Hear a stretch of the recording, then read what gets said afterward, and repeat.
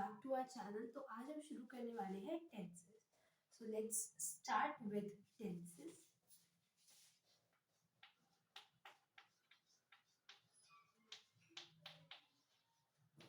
So when I'm talking about tenses, tenses tells us about the relationship between an action and the time. So at what time we are doing that action is explained to us by that tense. For example, I am teaching. So at present, I am teaching. That means what I'm doing, my action at present is of teaching, right? For example, I studied. That means that I studied earlier. So studied word specifically tells me or determines that it is we are talking about the past. It's determining the past. So tenses it tells us the action between the time and the it tells us or it gives us a relationship between the time and the action. We have three types of tenses: present tense,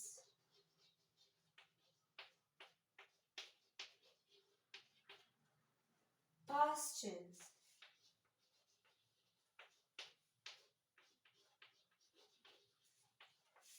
and future tense.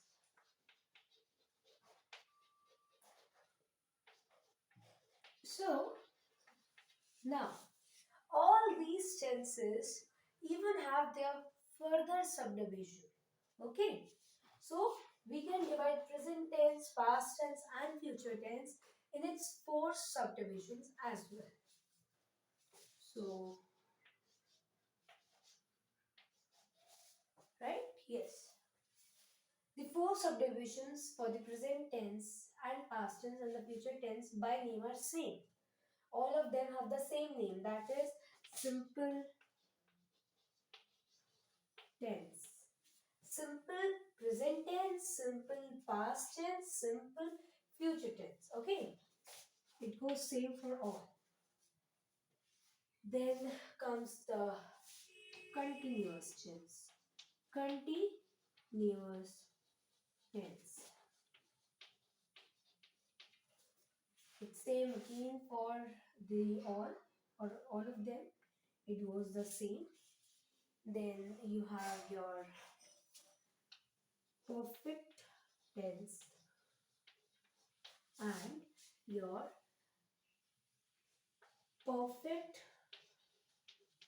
continuous tense and perfect continuous tense.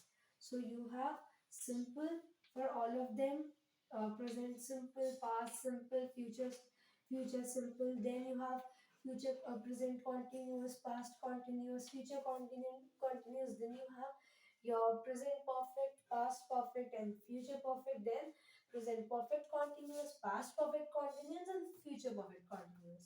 So all of them follow only these four divisions. All of them have only these four divisions. Now, let's begin with the present tense. So, present tense is what we are doing at present, यानी कि वर्तमान काल. तो एक बार हम इसको रब करते हैं. Yes. So, let's begin with the present tense now. With present tense.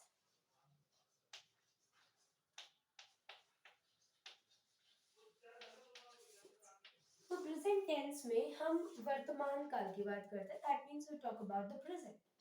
For example, जैसे कि मैं पढ़ाई करती हूँ, या मैं पढ़ाई करूंगी, या फिर मैंने अभी अभी पढ़ाई करी है, या फिर मेरी पढ़ाई अभी चल रही है. तो इन चारों ही सेंटेंसेस में आप देख सकते हो कि मैं उन चीजों की बात कर रही हूँ जो जिससे मैं अभी भी कनेक्शन में हूँ. फॉर एग्जाम्पल, अभी मैंने कहा कि मैं हर दिन पढ़ाई करती हूँ, तो मैं पढ़ाई से हर दिन कनेक्शन में हूँ. हर दिन मैं पढ़ती हूँ ना, इसलिए मैं हर दिन पढ़ाई से कनेक्शन में हूँ. पढ़ाई मैंने एक साल पहले नहीं की थी, मैं अभी भी करेंटली पढ़ती रहती हूँ. ठीक है, मैंने कल भी पढ़ाई की थी, आज भी पढ़ाई की है, और परसों भी करनी है, कल भी करनी है. हर दिन मुझे पढ़ाई करनी है. That means I am in connection with my studies. या फिर मैं सेकंड में बोला, मैं पढ़ाई कर रही हूँ, आई एम स्टडीइंग, यानी कि मैं अभी बुक लेके बैठी हूँ, मैं अभी उस काम को कर रही हूँ। ठीक है, हर दिन तो मैं उस काम को करती हूँ, ठीक है, लेकिन मैं अभी भी उस काम को कर रही हूँ, that means I am studying. मैं अभी पढ़ाई कर रही हूँ, आई एम स्टडीइंग। या फिर अभी अभी मैंने कोई काम किया ही है, दैट मीन्स जब हम बात करते हैं कोई ऐसा काम जो अभी अभी हमने करा ही होता है, जो पास्ट अभी नहीं हुआ होता है। पास्ट कब होता है वो काम, जब आप कहते हो कि मैंने किया था, पर मैं कह रही हूँ कि मैं अभी अभी करके आई हूँ, दैट मीन्स मैं बात करती हूँ कि वो मेरा काम परफेक्टली डन हो चुका है, मैंने अभी अभी पढ़ाई करी है। ठीक है, आई हैव स्टडीड, मैं अभी अभी पढ़ाई करके आई हूँ, कर चुकी हूँ, आई हूँ, कर चुकी हूँ, दैट मीन्स अभी अभी वो काम फिनिश हुआ है, इट्स परफेक्ट नाउ। या फिर अगर मैं बोलती हूँ कि I have been study, that means मैं अभी भी पढ़ाई कर रही हूँ, अभी भी वो काम खत्म नहीं हुआ है, वो अभी भी काम चल रहा है, अभी भी मैं वो कर रही हूँ। ठीक है, ये बात समझ में आ गई। तो ये जो चारों ही सेंटेंसेस मैंने कहे अभी, मैंने बोले अभी, इन चारों ही सेंटेंसेस को कुछ हम ऐसे बांट सकते हैं, जैसे कि for example,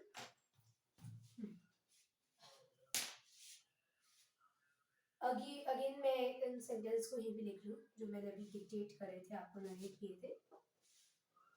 I study,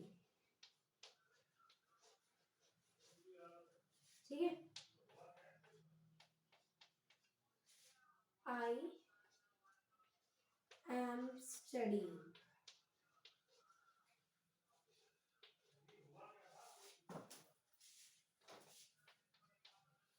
I have studied, और आई हैव बीन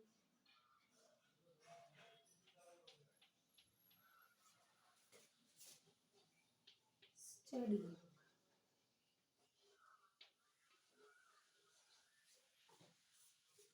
मैं काम हर दिन करती हूँ, मेरे लिए वो बहुत नॉर्मल काम है, यानी कि वो मेरा सिंपल प्रेजेंट टेंस है।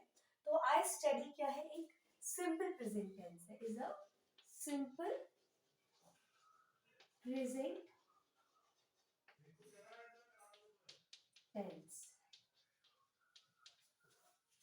या आई एम स्टडीइंग, मैं अभी भी वो काम कर रही हूँ, तो यानी कि वो जो मेरा काम मैं अभी भी कर रही हूँ, वो मेरा आ जाता है आपका प्रेजेंट कॉन्टिन्यूअस में, तो उसे हम बोलते हैं कंटिन्यूअस टेंस। मैं सी ओ एन टी लिख रही हूँ कॉन्टिन्यूअस टेंस के लिए, C O N T is the short form of continuous. I have study, मैं वो काम परफेक्टली कर चुकी हूँ ना, अभी अभी मैं उस काम को परफेक्टली डन कर चुकी हूँ, सो दैट मीन्स वो जो काम मैं अभी भी परफेक्टली डन कर चुकी हूँ, वो मेरा आ जाता है परफेक्ट टेंस, परफेक्ट में, perfect present tense. I have been studying, और मैं पढ़ती आ रही हूँ, एक लंबा चलन चल रहा है ये कंटिन्यूअसली, तो मैं अभी भी पढ़ती आ रही हूँ, that means I have been study. अब आपको अगर सेंटेंस में अगर कंफ्यूजन हो, just do simple Hindi translation. ठीक है, हिंदी ट्रांसलेशन में आप करते ही आपको ये अंदाजा लग जाएगा कि ये हमारा कौन सा टेंस होना चाहिए। ठीक है, आई हैव बीन स्टडीइंग, ये हो गया आपका प्रेजेंट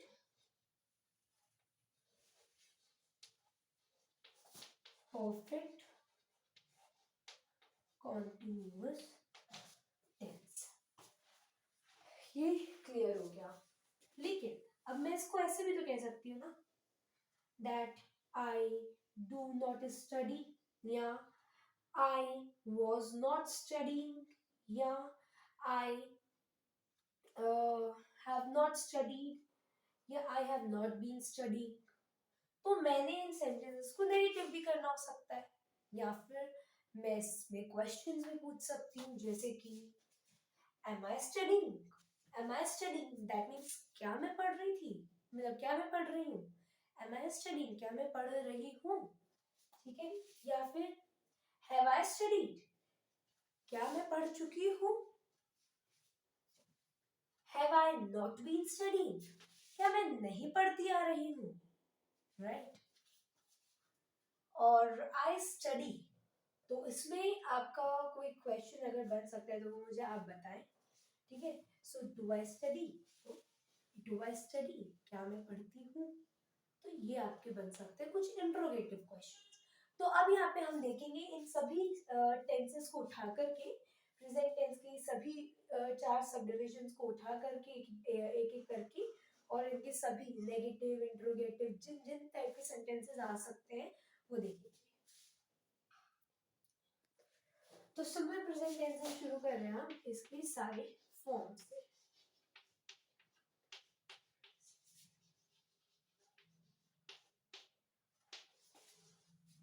अब सबसे पहले जो सिंपल प्रेजेंट टेंस की जनरल फॉर्म रहती है उसे हम कहते हैं एक एफर्मेटिव सेंटेंस की फॉर्म। एफर्मेटिव सेंटेंस यानी कि वो एक पॉजिटिव नॉर्मल सेंटेंस है।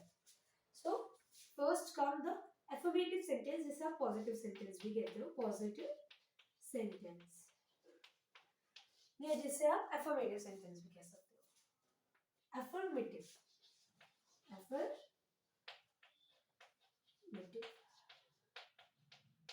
ठीक है। तो अगर हम बात करते हैं पॉजिटिव सेंटेंस, या जिसे हम एफर्मेटिव सेंटेंस कहते हैं, इसका जनरल स्ट्रक्चर क्या रहता है? सबसे पहले सब्जेक्ट आएगा, सब्जेक्ट,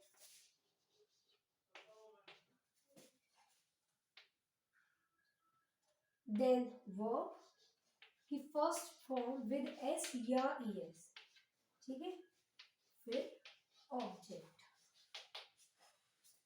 सब्जेक्ट दैट मीन्स जो भी करता है, वर्ब जो भी वो काम कर रहा है, और ऑब्जेक्ट जो रिमेनिंग पोर्शन आपका बचता है वो ऑब्जेक्ट रहता है। कई सेंटेंसेस में ऑब्जेक्ट प्रेजेंट होता है, कईयों में ऑब्जेक्ट नहीं होता है। तो अब अपनी बुक लेके बैठिए, मेरे पास भी ग्रामर की बुक है, उसको मैंने ले रखा है।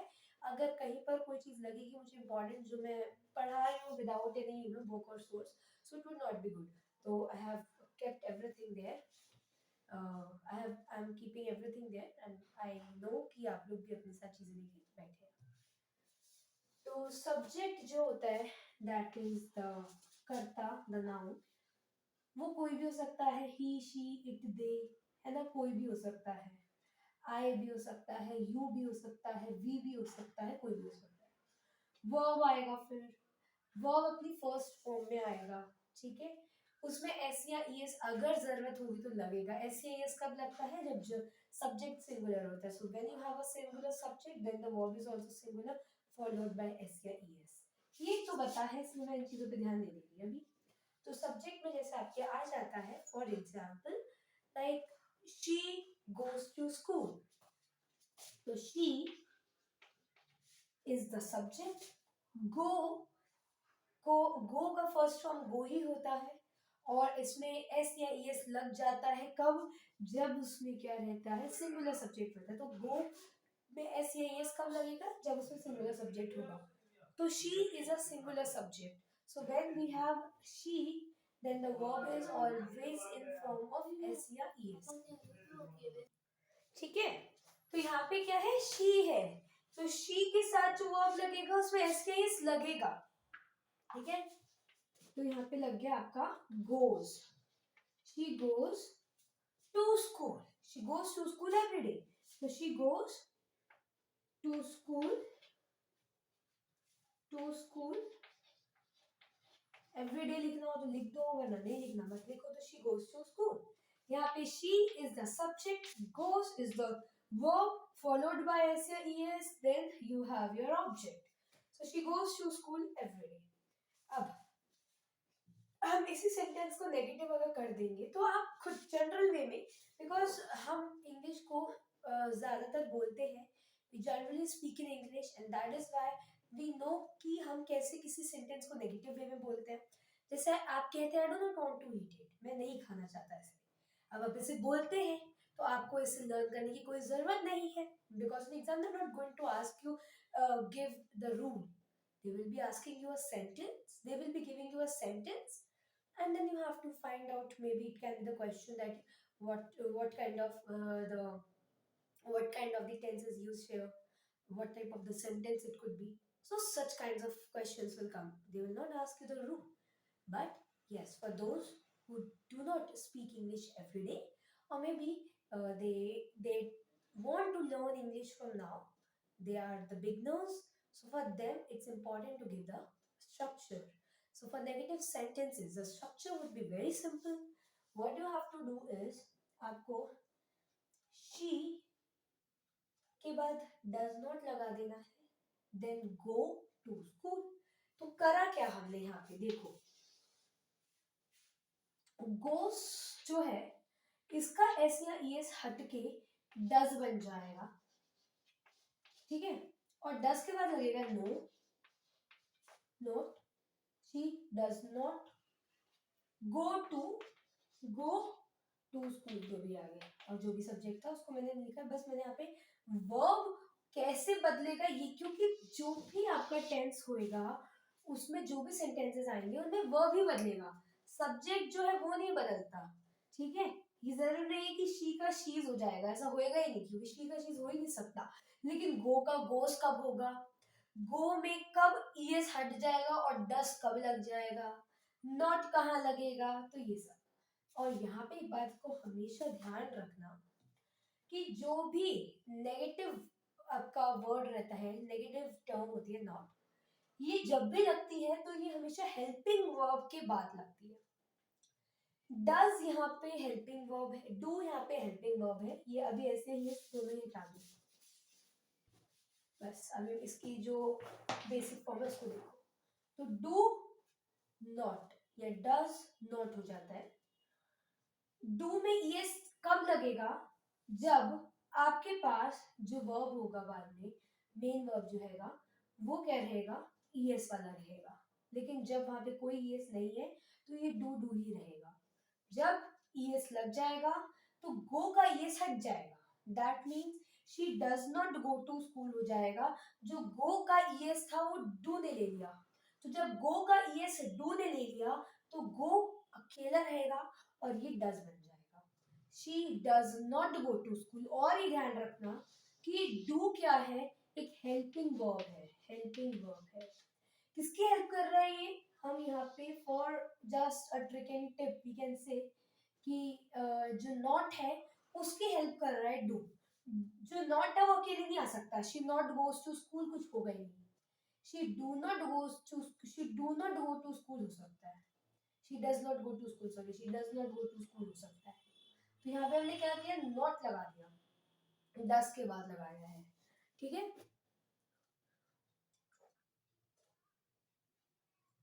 क्लियर हो रहा है ये बात, हमने क्या करा, क्लियर करके अब समझो फिर से,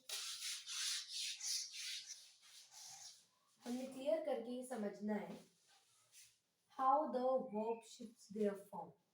तो जब भी हम सिंगुलर सब्जेक्ट लेते हैं ना, तो याद रखना कि सिंगुलर वर्ब आता है, और ये सिंगुलर वर्ब जो रहता है ये एस या ईएस के साथ रहता है, हमेशा एस या ईएस के साथ रहता है। अब जब इस सेंटेंस में she does not go to school में, तो जो भी सब्जेक्ट था उसको लगे रहो, डज नॉट हो जाएगा, गो टू स्कूल हो जाएगा। ऐसा क्यों हुआ है, ऐसा इसलिए हुआ है, क्यों डज यहाँ पे आ गया और क्यों गो रह गया केवल यहाँ पे, क्योंकि जो गो था ये मेन वर्ब है, इसने अपना एस या ईएस किसको दे दिया है, डज को दे दिया है, डज को दे दिया है। और ये भी ध्यान रखना कि नॉट जो है वो हमेशा हेल्पिंग वर्ब के बाद में ही आएगा, हमेशा हेल्पिंग वर्ब के बाद में ही आएगा। ये याद रख लो कि नॉट की हेल्प कर रहा है हेल्पिंग वर्ब, इसलिए वो हेल्पिंग वर्ब है। तो नॉट की हेल्प कर रहा है डू या डज, इसलिए वो एक हेल्पिंग वर्ब रहेगा। तो does not go to school हो जाएगा ये। अब इसे ही इंट्रोगेटिव कर सकते हो आप, तो हम इसे इंट्रोगेटिव करेंगे अब। तो ये पॉजिटिव हो गया, नेगेटिव भी हो गया। नेगेटिव में हमने क्या लिख दिया था, she does not go to school. अगर ये कोई प्लूरल होता सब्जेक्ट ही हो जाता, आई जैसे प्लूरल सब्जेक्ट हो जाता, या फिर एक्सेप्शंस में आई या यू हो जाता, so you do not go to school या I do not go to school रहता। ठीक है, अब यहाँ पे आता है आपका इंट्रोगेटिव फॉर्म। इंट्रोगेटिव में हमेशा क्या होता है, जो डज है वो सब्जेक्ट से पहले लग जाता है बस। हमेशा ये ध्यान रखना, जितने भी इंट्रोगेटिव आप बनाओगे, वो इंट्रोगेटिव सेंटेंसेस दो तरह के होते हैं जिन्हें आप क्वेश्चन सेंटेंसेस भी कहते हो। तो क्वेश्चन सेंटेंसेस दो तरह के होते हैं, एक तो यस या नो, यस नो आंसर वाले होते हैं, एक डब्ल्यू एच फैमिली वाले होते हैं। यस या नो जहाँ पे रहता है वहां पे जो भी क्वेश्चन पूछा जाता है उसका आंसर केवल हाँ या ना में होता है। जैसे डू यू प्ले, क्या तुम खेलती हो या तुम खेलते हो, तो आप क्या बोलोगे, हाँ मैं खेलता हूँ या फिर ना मैं खेलता हूँ। हाँ या ना में जवाब मिलके काम खत्म। When I'm saying why do you not play, तुम क्यों नहीं खेलते हो, तुम क्यों नहीं खेलते हो, उसका आंसर क्या मुझे हाँ या ना में दिया जा सकता है, नहीं दिया जा सकता। मुझे कैसे देना पड़ेगा, मैं इसलिए नहीं खेलता हूँ क्योंकि मुझे ये जो भी प्रॉब्लम है, जो भी इश्यू है, दैट्स इट। तो क्वेश्चन सेंटेंसेस यस या नो या फिर डब्ल्यू एच फैमिली के हो सकते हैं। डब्ल्यू एच फैमिली में आपके डब्ल्यू एच वर्ड्स होते हैं 5 प्लस एक हाव रहता है, that is H O W. तो अब यहाँ पे आप देखते हैं, अब हम यहाँ पे देखते हैं कि यस या नो सेंटेंसेस कैसे बन सकते हैं। For example, does she go to school, तो हमेशा याद रखना कि जो हेल्पिंग वर्ब है वो सब्जेक्ट से पहले आ जाएगा। अगर वो नेगेटिव में है तो नॉट वही का वही रहेगा, नॉट को छोड़ के ये डज भाग जाएगा। So does she go to school है, जैसे does she go to school. अगर आप इसका नेगेटिव करना चाहो तो जो सब्जेक्ट है उसके बाद में नॉट रहेगा, ये ध्यान रखना। ठीक है, so does she not go to school, ऐसे हो जाए। ठीक है, does she not go to school या डू आई नॉट प्ले, इस तरह से। और question mark should not be ignored. Then the other sentence in which we will put WH words like why does, अब जब भी WH वर्ड्स आएंगे ना तो हमेशा उस हेल्पिंग वर्ब के आगे लग जाएंगे, यानी कि interrogative form as it is रहेगी, उसमें आप लगा दोगे WH वर्ड्स, WH वर्ड्स लगा दोगे। ठीक है, जैसे why does she, एक second, why does she go to school, या फिर why does she not go to school। तो इस तरह से आप कर सकते हो WH वर्ड्स लगा के। तो चार सेंटेंसेस को फिर से रिपीट करते हैं। यहाँ पे लिख देती हूँ मैं सारे के सारे सिंपल टेंस के। तो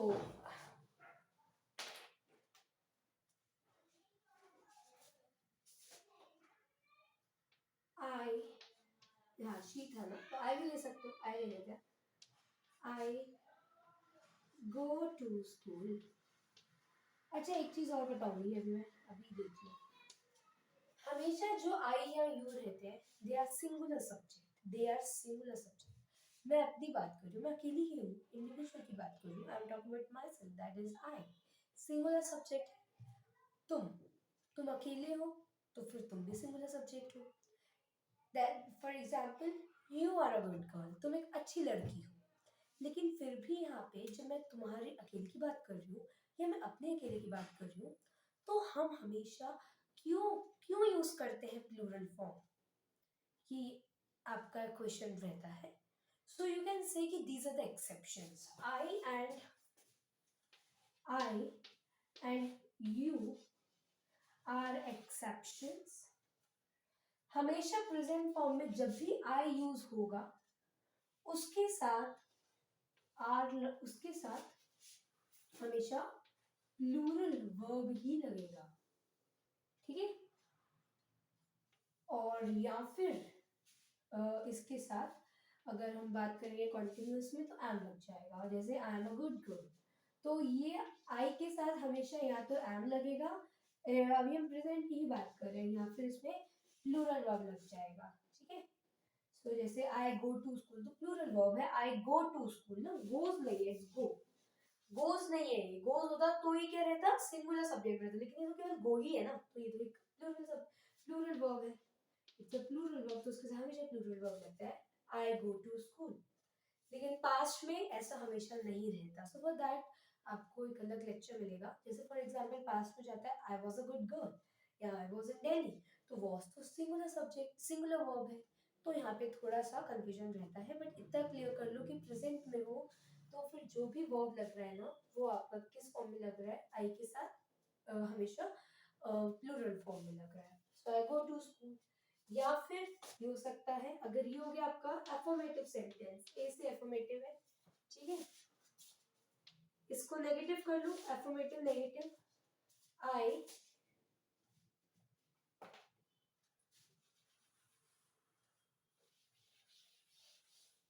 do not go to school.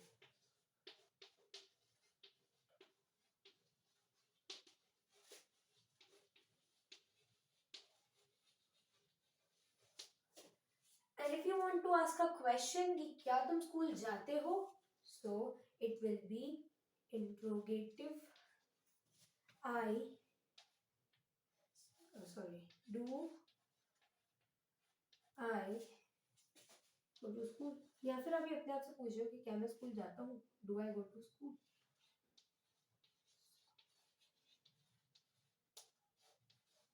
Question form में है, और अगर इसको इंट्रोगेटिव नेगेटिव करना हो तो do I, I is the subject, हमेशा सब्जेक्ट के बाद में लग जाएगा not in case of the interrogative sentence, so do I not go to school, इस तरह से। और अगर आप इसे करना चाहते हो डब्ल्यू एच फॉर्म में तो यहाँ पे डब्ल्यू एच वर्ड्स लगा देना, आगे की तरफ डब्ल्यू एच वर्ड्स लगा देना, why do I not go to school, how do I go to how do I go to school, इस तरह से। तो ये आपके हो गए सेंटेंसेस सिंपल प्रेजेंट में। अब सिंपल पास्ट में देखते हैं। और मैं बताऊं, अगर आप चाहते हो ना 2 घंटे 3 घंटे टेंसेस करना, तो मतलब वीडियो देखना सॉरी, तो इट्स नॉट पॉसिबल कि आप इतना लंबा देखो। ऑल्दो ये टॉपिक अगर मैं फ्रॉम द वेरी बिगिनिंग बताऊं तो ये 2-3 घंटे आराम से ले सकता है, but yes you obviously nobody is interested in watching a video of 2 to 3 hours, so we can't make such long videos, even our devices do not have such capacity of making such long videos, so that's why मैं आपको यहाँ पे जो पढ़ा रही हूँ बहुत precise जो है पढ़ा रही हूँ। अगर आपको कहीं पे भी डाउट आता है ना तो आप मुझसे पूछ सकते हो एट द एंड, ओके, ये कर सकते हो। तो यही तरीका है जिसके थ्रू आप मुझसे कम्युनिकेट कर सकते हो, अपने इश्यूज को कन्वे कर सकते हो, राइट। तो अब यहाँ पे रहता है आपका प्रेजेंट टेंस में प्रेजेंट कॉन्टिन्यूस टेंस, तो यहाँ पे आता है कंटिन्यूअस टेंस, क्या रहता है आपका कंटिन्यूअस टेंस, ठीक है। तो फॉर एग्जांपल कंटिन्यूअस टेंस में हम क्या रखते हैं, हम उन तरह के सेंटेंसेस को रखते हैं जिनको हम अभी भी कर रहे हो, ठीक, मतलब कंटिन्यूअस टेंस में क्या रहता है, हम उन चीज़ों को रखते हैं जो कि हम अभी भी कर रहे होते हैं, जैसे कि मैं अभी पढ़ाई कर रही हूँ, मैं अभी वीडियो बना रही हूँ, मैं अभी खाना खा रही हूँ, आई एम ईटिंग, इस तरह से। तो यहाँ पे आपको कंटिन्यूअस टेंस में, हाँ एक चीज और, यहाँ पे एक कॉलम बना रही हूँ, और टेंसेस के दौरान आपने ना बहुत सारे हेल्पिंग वर्ब सीखने हैं। अभी आप एक सीख चुके हो, डू, डू आप सीख चुके हो, या डज भी लिख लो, डू डज आप सीख चुके हो, डू डज आप सीख चुके हो। अब अगला जो आप सीखने वाले हो वो है इज, एम, आर। इसका फंक्शन हमेशा सिंगुलर सब्जेक्ट के साथ होता है, एम का फंक्शन हमेशा आई के साथ होता है, और आर का फंक्शन हमेशा आपका प्लूरल सब्जेक्ट के साथ रहता है, ठीक है। इनको नोट डाउन कर लो, is singular subject, am I के साथ, are plural subject plural subject के साथ। यस। सो फॉर एग्जाम्पल अभी कंटिन्यूअस का हम बात करें तो आई एम स्टडीइंग,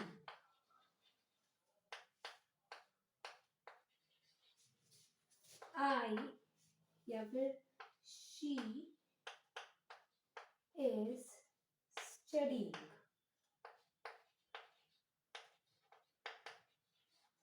या फिर यस एक और बच रहा है ना, यस दे आर स्टडीइंग। तो एम का यूज आई के साथ कर दिया मैंने यहाँ पे, इसका यूज आपको शी के साथ दिखा दिया है, आर का यूज मैंने आपको दे के साथ दिखा दिया। इतना क्लियर हो गया। अभी इनमें से कोई एक सेंटेंस उठा लेते हैं और उसको ही हम अपना बेस सेंटेंस मानेंगे। तो मैं उठा लेती हूँ ये third sentence, they are studying वाला। ठीक है, दे आर स्टडीइंग। सो अगर हम बात करते हैं कॉन्टिन्यूअस की, तो ये कॉन्टिन्यूअस भी एक जनरल सेंटेंस की फॉर्म में जब रहता है तो उसको हम एफर्मेटिव फॉर्म में बोलते हैं, जिसे हम एक पॉजिटिव फॉर्म में कहते हैं, पॉजिटिव सेंटेंस। तो पॉजिटिव सेंटेंस में या एफर्मेटिव सेंटेंस में दे आर स्टडीइंग फॉर्म में ही रह रहे हैं। ठीक है, तो रह गई दे आर, ये बेस फॉर्म होती है affirmative form, they are studying.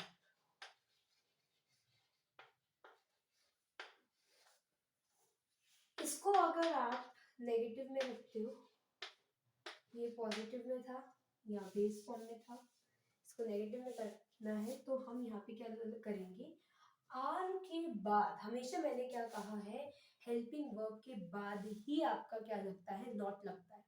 तो यहाँ पे नॉट कहाँ लगेगा, आर के बाद। दे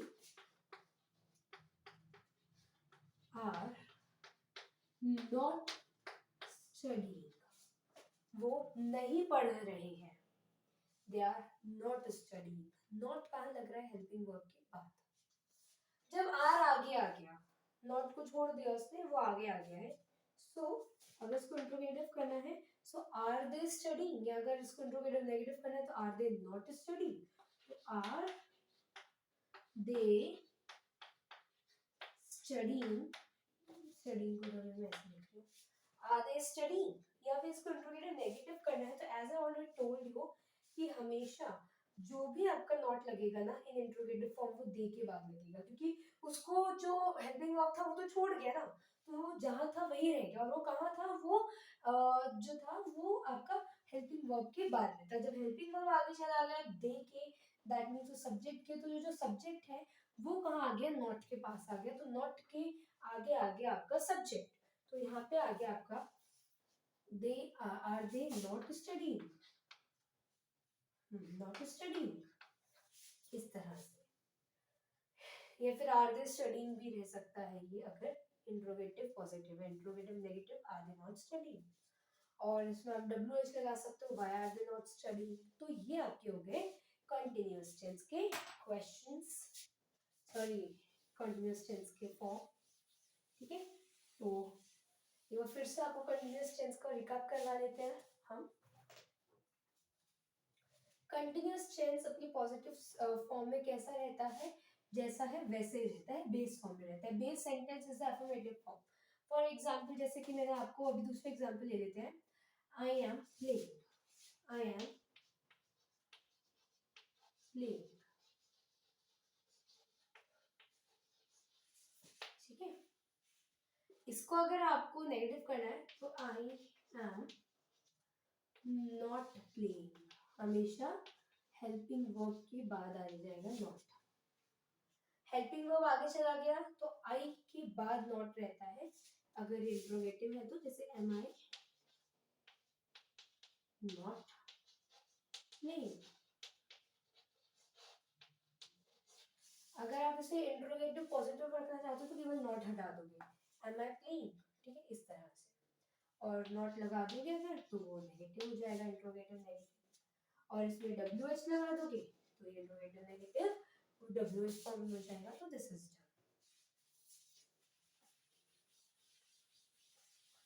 सो कितना लंबा वीडियो हो गया है, अब अगला सेंटेंस लेते हैं।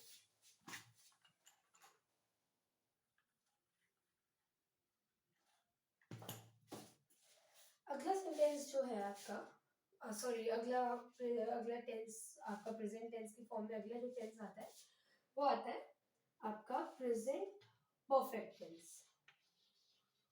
काम तो हो चुका है परफेक्ट टेंस में, प्रेजेंट परफेक्ट टेंस में काम हो चुका है। फॉर एग्जाम्पल,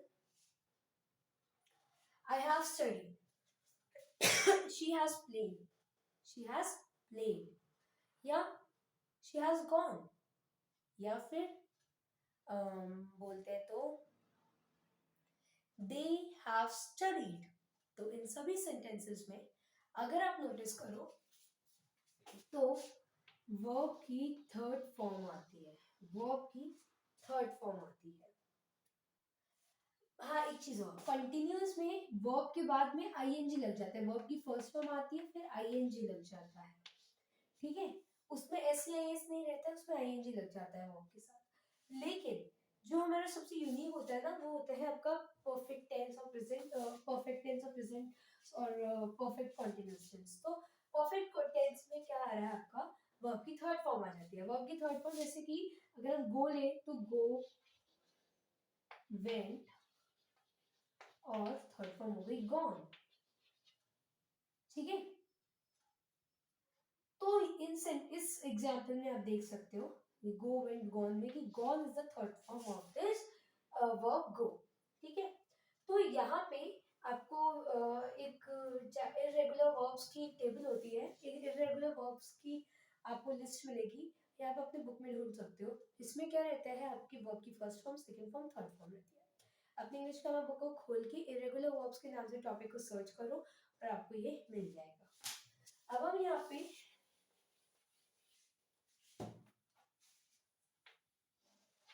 जो नई क्या कहते हैं, जो हेल्पिंग वर्ब्स देखने वाले हैं वो है हैज और हैव।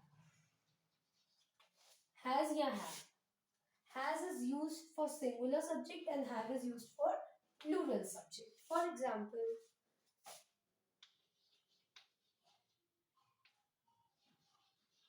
she has played, या फिर they have played। तो यहाँ पे आप देख सकते हो हैव का यूज होता है प्लूरल सब्जेक्ट के साथ और हैज का यूज होता है सिंगुलर सब्जेक्ट के साथ, ठीक है। अब इनमें से कोई एक सेंटेंस उठा लो, लेट से हम ये वाला उठा लेते हैं शी हैज प्लेड का, और इसको ही हम एफर्मेटिव और एफर्मेटिव देन नेगेटिव और इंट्रोगेटिव फॉर्म में देख लेते हैं। तो अगर ये सेंटेंस एफर्मेटिव फॉर्म में है तो बेस फॉर्म में ही रहेगा, that is she has played। अगर ये नेगेटिव फॉर्म में आ जाता है तो ये हो जाता है हैज के बाद आपका क्या लग जाएगा, हैज के बाद आपका लग जाएगा हेल्पिंग, हैज के बाद आपका लग जाएगा नॉट। तो she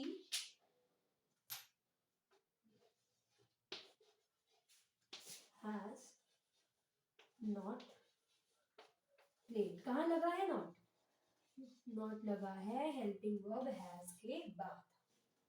इससे अगर आप इंट्रोगेटिव कर रहे हो तो हैज नॉट को भाग, नॉट से भाग करके शी क्या आ जाएगा, तो हैज शी प्लेड। इसका इंट्रोगेटिव नेगेटिव हो जाएगा अगर, तो हैज शी के बाद नॉट लगेगा, हमेशा सब्जेक्ट के बाद नॉट लगता है इन case of interrogative sentence. So has she not played. और अगर आप इसको WH करना चाहो तो यहाँ पे WH वर्ड्स लगा देना, ठीक है। तो आपका इंट्रोगेटिव में WH फॉर्म बन जाएगा। तो she has played, she has not played, हमेशा नॉट कहाँ लगेगा, हेल्पिंग वर्ब के बाद लगेगा। Why has she not played, या has she not played, who is।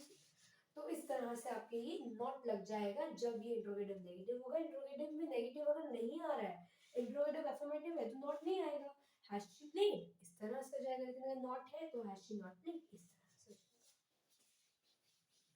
अब बात कर लेते हैं इस वीडियो के आखिरी टेंस की। इस वीडियो में आखिरी टेंस को हम देखने वाले हैं, फिर अगले में हम पास्ट टेंस को देखेंगे। उसी इसी तरह से इसी सीक्वेंस में इसी पैटर्न में हम पूरे टेंसेस को खत्म कर देंगे। तो अब यहाँ पे जो आ रहा है वो आ रहा है परफेक्ट कॉन्टिन्यूअस। बात करें अगर परफेक्ट कॉन्टिन्यूअस की, तो उसमें क्या होता है कि कॉन्टिन्यूअस है तो आईएनजी तो लगेगा ही, वर्ब के साथ आईएनजी तो लगेगा ही, वर्ब की फर्स्ट फॉर्म ही रहती है। और जो दो नए इसमें आपके क्या कहते हैं जो हेल्पिंग वर्ब्स आते हैं वो होते हैं हैज बीन और have been. Have been, has been या हैव बीन। एग्जाम्पल लेते हैं, I have been studying, she has been studying या दे हैव बीन स्टडीइंग। तो हम इनमें से उठा लेते हैं एक आई हैव बीन स्टडीइंग या फिर दे हैव बीन स्टडीइंग उठा लेते हैं, क्योंकि फिर आई हैव बीन स्टडीइंग के जब क्वेश्चंस बनते हैं ना, आई हैव बीन स्टडीइंग के क्वेश्चंस क्या बनेंगे, हैव आई बीन स्टडीइंग। तो ये बड़ा ऑकवर्ड लगता है कि मैं अपने आप से पूछ रहा हूँ कि मैंने पढ़ाई की क्या, इसलिए मैं आई नहीं ले रही हूँ, मैं यहाँ पे क्या ले रही हूँ, कोई अदर पर्सन ले रही हूँ, थर्ड पर्सन ले रही हूँ। थर्ड पर्सन में आपका दे ले रही हूँ, तो they have been studying.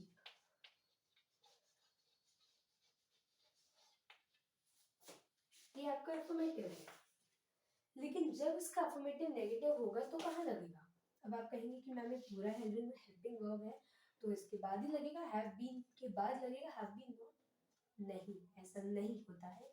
Keep this point in mind कि जब भी आप किसी अफर्मेटिव सेंटेंस जो कि परफेक्ट कंटीन्यूअस फॉर्म में है उसका नेगेटिव करते हो, तो उसमें जो नॉट है वो हैव और बीन के बीच में लगता है, यहाँ लगेगा not.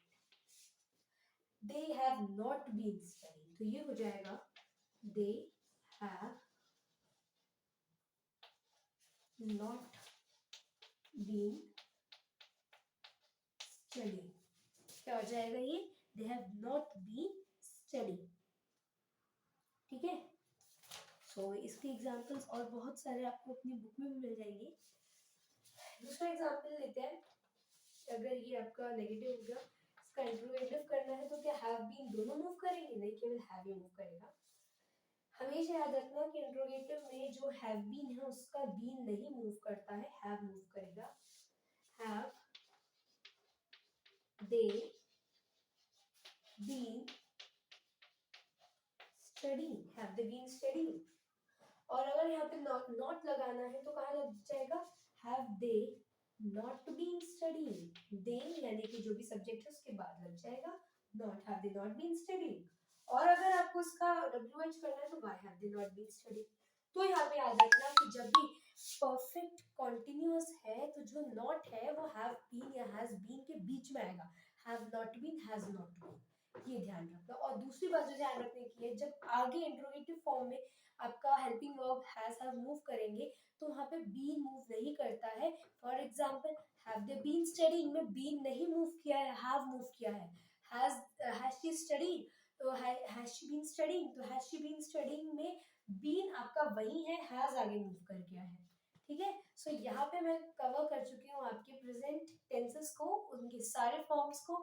Thank you for watching the video, I hope आपको अच्छा लगा हो, कंसेप्ट क्लियर हुआ हो। एंड कहीं अगर डाउट हो तो comment section, comment box is always open for you. You can give your comment there, you can ask your query there, I'm there to help you. Bye bye.